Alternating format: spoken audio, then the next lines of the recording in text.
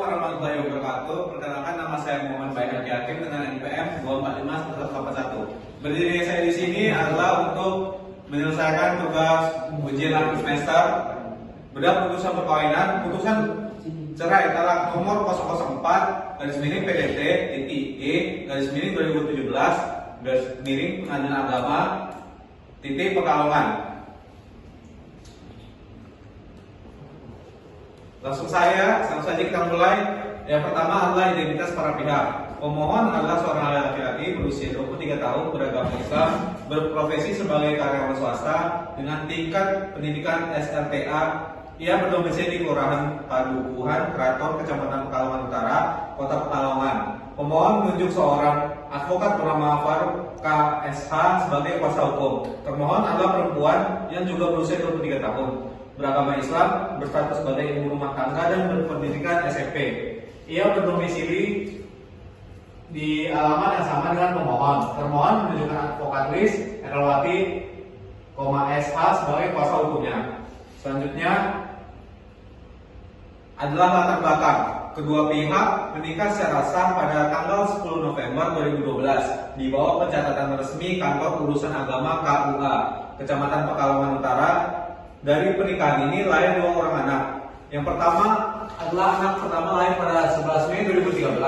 Anak kedua lahir pada 25 September 2015. Kehidupan rumah tangga awalnya berjalan harmonis, namun sejak pertengahan tahun 2016, tepatnya pada bulan Juli, terjadi keretakan hubungan suami istri yang berujung pada permohonan cerai talak ke pengadilan oleh pihak suami. Selanjutnya adalah masalah kasus. Permasalahan hukum. Masalah utama dalam perkara ini adalah apakah hubungan rumah tangga antara pemohon dan termohon telah rusak secara permanen akibat pertengkaran dan ketidakharmonisan yang terus berlanjut, sehingga dapat dijadikan dasar hukum untuk mengabulkan permohonan cerai talak. Selanjutnya ada rincian kasus. Yang pertama adalah uraian rincian kasus.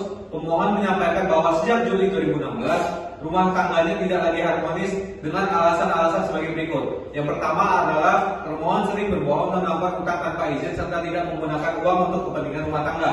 Utang-utang tersebut justru menjadi beban pemohon karena termohon memberikan informasi kontak pemohon kepada pemberi utang. Yang kedua adalah termohon tidak mau menerima nasihat dari pemohon selaku kepala keluarga. Termohon sering membantah bahkan menunjukkan sikap tidak menghargai upaya termohon dalam membina rumah tangga. Ketiga, meskipun permohon telah memberikan seluruh penghasilannya berkisar antara 3 juta hingga 5 juta per bulan, termohon tetap merasa tidak cukup dan terus menuntut nafkah yang lebih besar yang dinilai di luar kemampuan pemohon.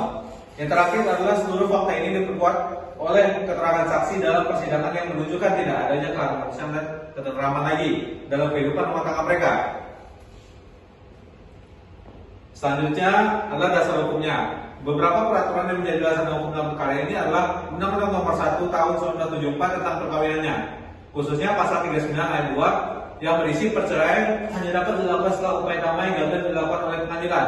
Yang kedua, peraturan pemerintah Nomor 9 Tahun 1475, khususnya pasal 19 huruf F, perceraian dapat terjadi karena perselisihan dan pertengkaran terus-menerus serta tidak ada harapan untuk rukun kembali.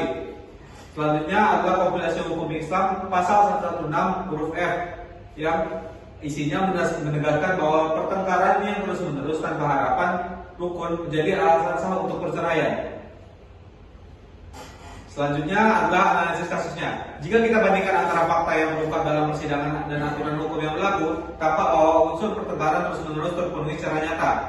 Selanjutnya terdapat ketidakharmonisan struktural dalam rumah tangga bukan hanya akibat pertengkaran biasa, tetapi karena faktor-faktor yang bersifat fundamental. Selanjutnya adalah permohonan telah menunjukkan itikat baik dalam memberikan nafkah, bahkan hingga seluruh penghasilannya, namun tetap tidak dihargai oleh termohon. Selanjutnya, dalam sidang upaya mediasi telah dilakukan tetapi tidak berhasil, sehingga membuatkan asumsi bahwa tidak ada harapan untuk rukun kembali. Dengan demikian, semua elemen hukum yang menjadi dasar perceraian telah terbukti secara faktual dan yuridis. Nah, yang terakhir kita pada kesimpulan, berdasarkan fakta yang disampaikan oleh para pihak serta analisis terhadap aturan hukum yang berlaku, maka dapat disimpulkan bahwa permohon cerai talak dari pemohon telah memenuhi syarat objektif dan subjektif yang diatur dalam hukum perkawinan Islam di Indonesia.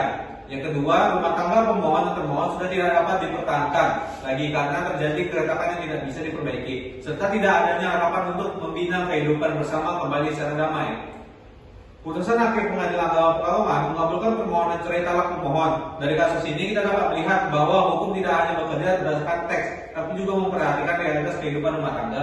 Ketika komunikasi, kepercayaan, dan tanggung jawab dalam keluarga tidak lagi berjalan, hukum hadir untuk memberikan jalan keluar yang adil dan manusiawi. Itu saja dari saya. Jika ada kesalahan mohon dimaafkan. Assalamualaikum warahmatullahi wabarakatuh.